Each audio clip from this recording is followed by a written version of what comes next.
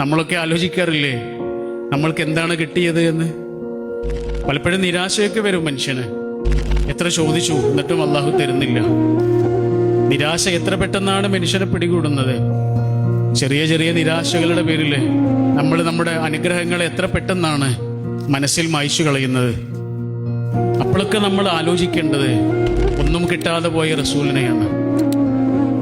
ഉപ്പയെ കണ്ടിട്ടില്ലാത്ത കുട്ടിയായിരുന്നു, ഉമ്മ നഷ്ടപ്പെട്ട കുട്ടിയായിരുന്നു.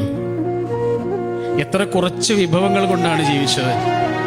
എത്ര അനാഥത്വവും സങ്കടങ്ങളും പേറിയ ജീവിതമാണ്. സന്തോഷങ്ങളൊക്കെ തിരിച്ചു വരികയായിരുന്നു. വറ്റിവരണ്ട ആ ജീവിതത്തിൽ പൂക്കളും ചെടികളൊക്കെ പിന്നീട് വിടരുകയായിരുന്നു.